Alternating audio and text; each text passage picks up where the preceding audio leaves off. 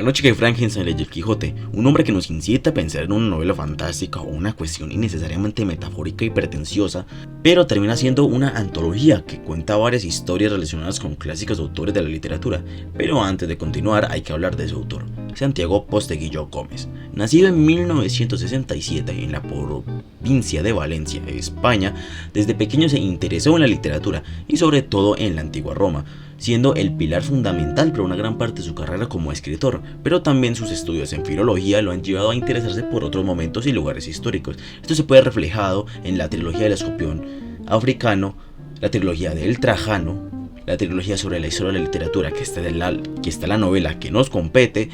la biología de Julia y la serie de Julio César, que sería la última actualmente.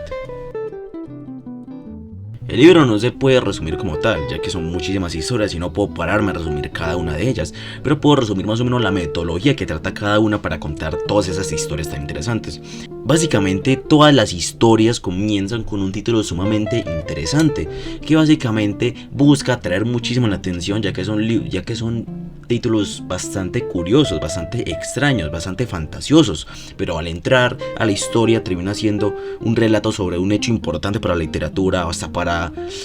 el habla como tal, para la evolución humana como tal, y también sobre diferentes cuestiones de algunos autores muy importantes, o más que importantes, sumamente reconocidos y famosos dentro del mundo de la literatura.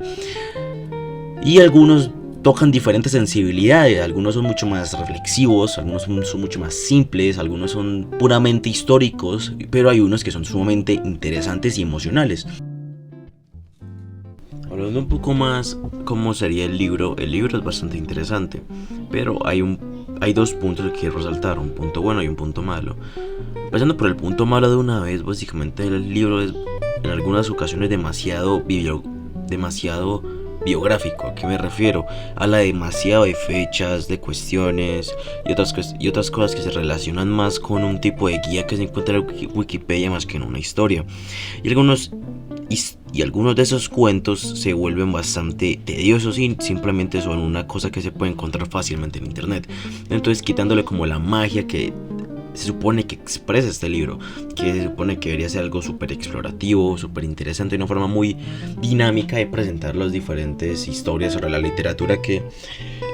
nos da el libro. Pero un punto bueno, hay muchísimos que los que sí logran hacer esto bien son sumamente dinámicos, crean dinamismo a su manera, o sea, algunos crean hasta cierto punto suspenso, otros crean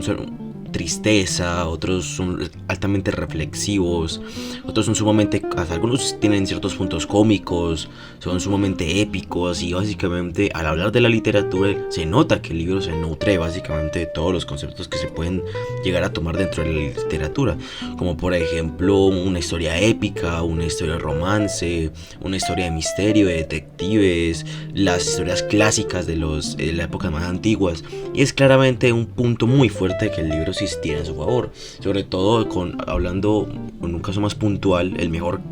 la mejor historia a mi parecer es La Trinchera, que expresa impresionantemente todas esas cosas que nos quiere decir el personaje, como por ejemplo su dolor, su angustia, su miedo, el estado de violencia y de extremo pavor en el que está, y está muy bien planteado. En conclusión, el libro es muy bueno, muy atractivo y que realmente vale muchísimo la pena leer, ya que pues obviamente trae un montón de información esencial para la literatura, o no solo para la literatura, sino para un tema normal. Podemos decir que es un libro de consumo mucho más fácil, gracias a que es un libro bastante corto y las historias son pues bastante cortas. Entonces claramente no es necesario que el lector siga un guión, una historia lineal durante mucho tiempo, durante muchas páginas, sino que son historias cortas de 6 y 7 páginas cada uno, y obviamente cada uno separado del otro, y obviamente contando cosas importantes y, como digo, de una manera muy dinámica e interesante. Así que la verdad es un libro que vale muchísimo la pena,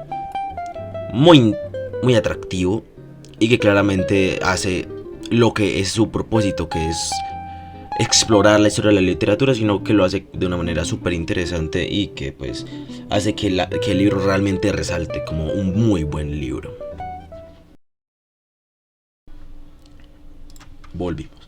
La noche que Frankenstein leyó el Quijote, un nombre que nos incita a pensar en una novela fantástica o una cuestión innecesariamente metafórica y pretenciosa, pero termina siendo una tatuaje. Y ahora paran de sonar los perros, qué bonito.